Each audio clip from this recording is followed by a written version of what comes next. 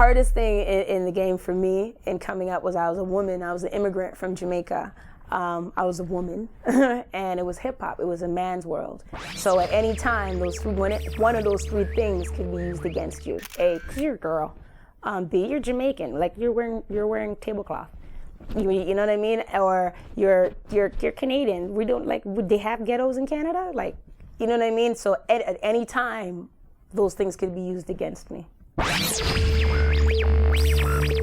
To me, Rapper's Delight was the track that my mom brought back from a trip, and it really hit home. I didn't understand it, and I was like, they're speaking fast, and it's over a beat that's different, and it could dance to, and my mom was a disco head. So even bringing home something, I was like, Mom, this is not disco. This is not boogie, oogie, oogie, oogie, dancing shoes. And doing that, this is a hip, hop, hip, and the fact Mom brought it to me, we love music, and that's where I got it from. So that was the first song that I actually heard. High school. We had a variety show, and I wanted to be Salt and Pepper. So I was looking for my Salt or Pepper. I wasn't sure, but then I was like, Pepper's Jamaican. I'm gonna be Pepper, right? But Salt was, to me, the spitter. Salt can spit. I was like, I'm gonna be Salt.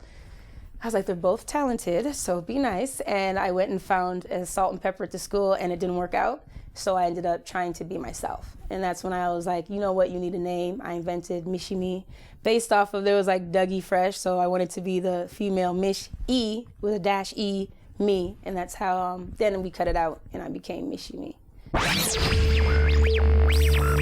We all had family there, so we wanted to actually be free of the family and go to Manhattan and learn the scene. So we went to Manhattan, and in Manhattan was this hip hop club, Latin Quarters. And at Latin Quarters was Scott LaRock, BDP, we didn't know who was who, KRS, D-Nice, TJ Swan, Biz Markie, Bobby Brown. There was like a whole bunch of people just hanging out, being young artists, and Latin Quarters was, you know, it's in Manhattan, so a lot of tourists went there. So we went to Manhattan, the top of the street, got some fake ID, and then went to Latin Quarters to learn about hip hop. There was KRS One there.